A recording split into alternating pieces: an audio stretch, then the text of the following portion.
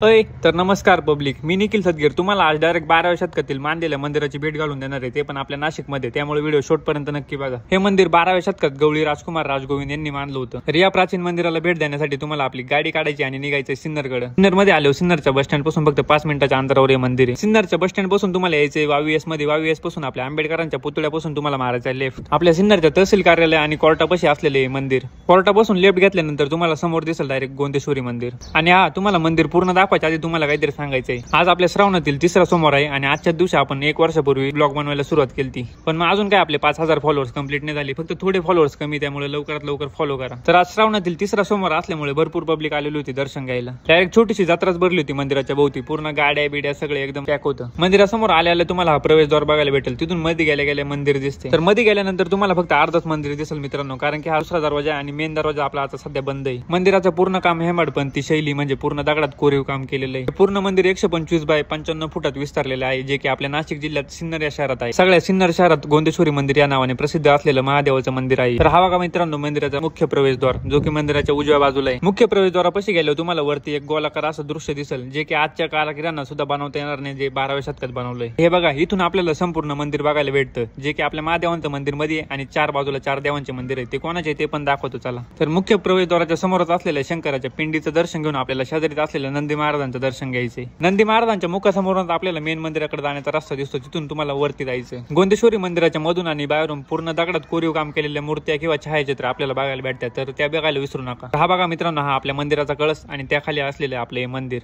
मी तर आपल्या महादेवांचं दर्शन करून घेतलंय, तुम्ही पण करून घ्या. आणि तुम्ही जर कधी आपल्या सिन्नरच्या गोंदेश्वरी मंदिरात गेलेले असाल किंवा आता येणार असाल तर कमेंट करून नक्की सांगा. तर गोंदेश्वरी मंदिरात पूर्ण 5 मंदिर आहेत, जे की आपल्या मुख्य महादेवांचं मंदिर आहे आणि 4ही बाजूला 4 मंदिर आहे. आपल्या गणपती बाप्पाचं, विष्णू देवांचं आणि सूर्यदेवाचं आणि पार्वती देवीचं. 4ही मंदिरांचं दर्शन करायला विसरू नका. आजची मंदिरांचं दर्शन करून झालं, बाहेरचं वातावरण पण बघायला विसरू नका. मंदिराचं दर्शन वगैरे झालं, मस्तपैकी बसण्यासाठी आपल्या मंदिराच्या ट्रस्टवाल्यांनी एकदम भारी जागा बनवून ठेवली झाडाखाली. तर कसा वाटला मित्रांनो व्हिडिओ? आवडला असेल तर लाईक, कमेंट, शेअर नक्की करा. आणि हा आपले 5000 फॉलोअर्स व्हायला फक्त थोडेसे फॉलोअर्स कमी, त्यामुळे फॉलो नक्की करा. तर आजच्यासाठी एवढंच मित्रांनो, चला भेटू पुढच्या व्हिडिओत. लवकरच तोपर्यंत लाईक करा, कमेंट करा, शेअर करा, मिस्टर निकला फॉलो करा आणि चला.